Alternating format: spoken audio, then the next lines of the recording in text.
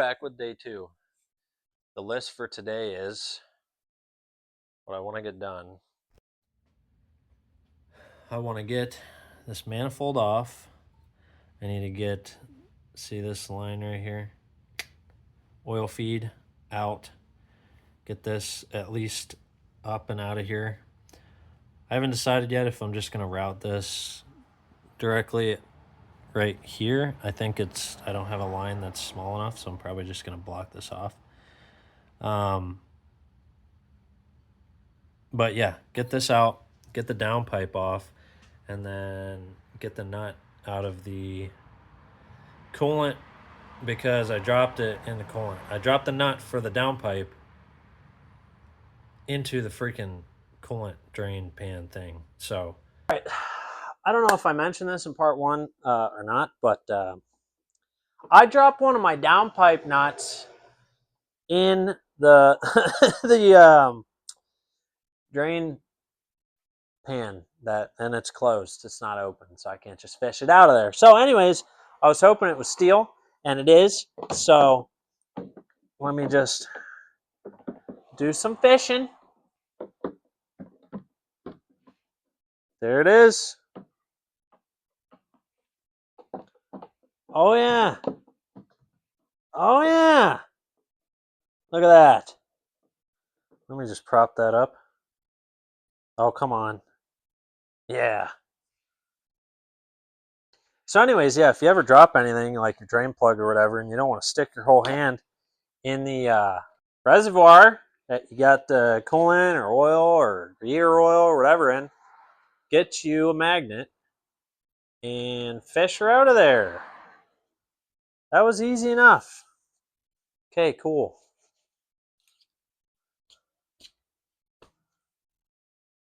Magnets.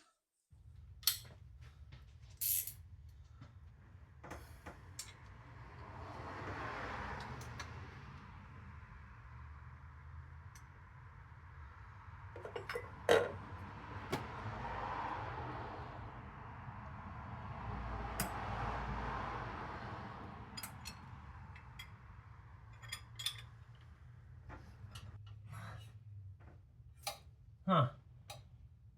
It stopped. Or maybe I was just seeing things, I don't know. No. Alright, we'll just take that stud out and then we'll put it back. Can't tell if this stud's coming out because I can't see it.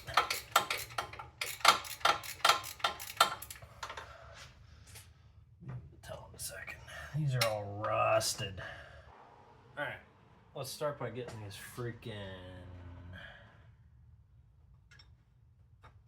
water lines out of here so that I have some more room bottom side.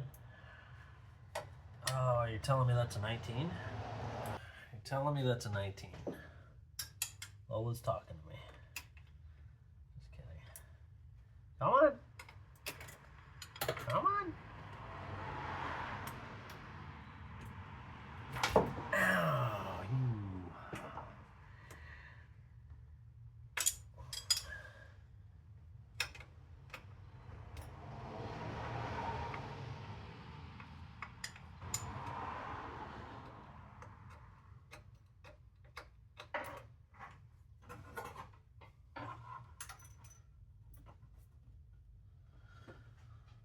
Oh, that washer fell down there somewhere. Okay. Just trying to avoid that. Alright, if you made it this far through the video, I know it's kind of boring. I'm just kind of wrenching on stuff, getting bolts out, but the turbo is out. Oh boy. Turbo is out. So, next video will be reassembly. If you made it this far, just comment Silvia in the comments and stick around for the next video because the next video is exciting. I got a little surprise.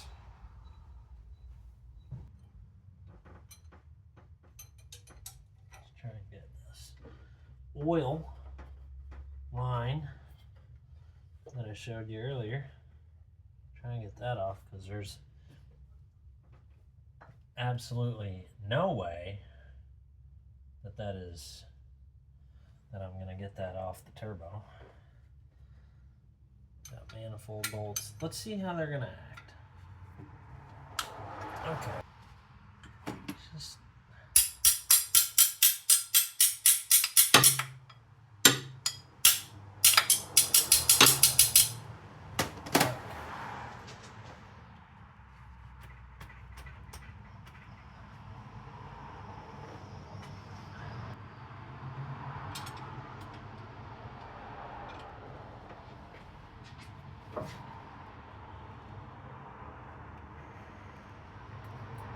okay.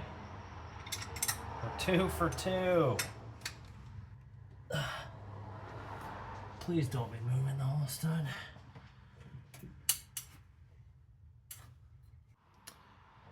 Alright, so we're getting close to taking the manifold and the turbo out, but we gotta get that out of the way first. Come on now. Come on now.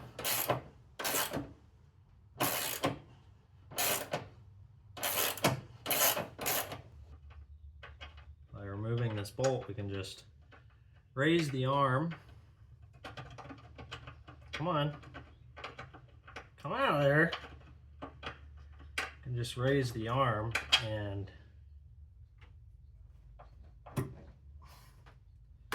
get it out that way.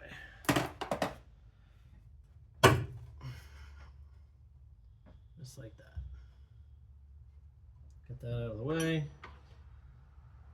Stick our bolt back through so we don't lose it, because that'll happen. Get to the end of a project, you start packing stuff back together, and then boom. Where's that bolt? Where'd that bolt go for the strut tower brace? I don't know. And then you're looking around your shop like, oh my God. You know? Oh my God, where'd you put it? I don't know. It's just me. Manifold. Well, now it's a bolt. We only got one stud out of the manifold, so I'll call that a win. We'll just put it back in. It's fine. Now we gotta wrestle this thing around and get the manifold and turbo out of here in one piece. Coolant neck goes right there. Anyhow, you take that out and the manifold should slide right out of there. Careful not to rip that out either. But yeah, so I'm gonna get this return line right here. I'm gonna get this out of here, and then I got the turbo out sitting right here. So I'm gonna wrap these headers while I have it out, and then I'm gonna try and do the downpipe as well. Get you in here closer. You always want to look at your manifold too. Like, that's the gasket. See how that's black right there in the corner? Well, it matches up with where this is. So this wasn't sealing correctly, which makes sense because I think it was this one. This was the stud that came out of the manifold.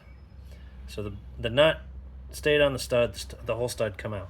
So this might not have been tight, and this one was also super not tight. So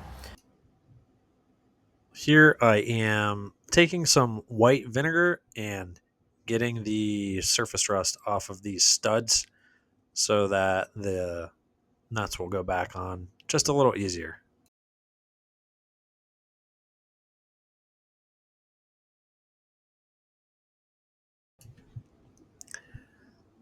This is me taking off the exhaust manifold wrap that I got with the Tomei headers. It is fiberglass, so it's super dry. I did not know before when I wrap this that you're supposed to soak the wrap before you wrap it and then put some silicone or high temp silicone spray on the manifold.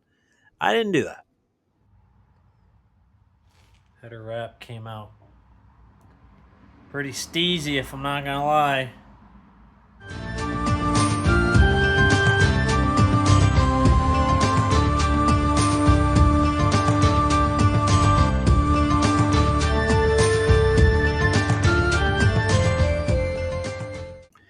This is me wrapping my downpipe in the same titanium wrap that's in on my manifold.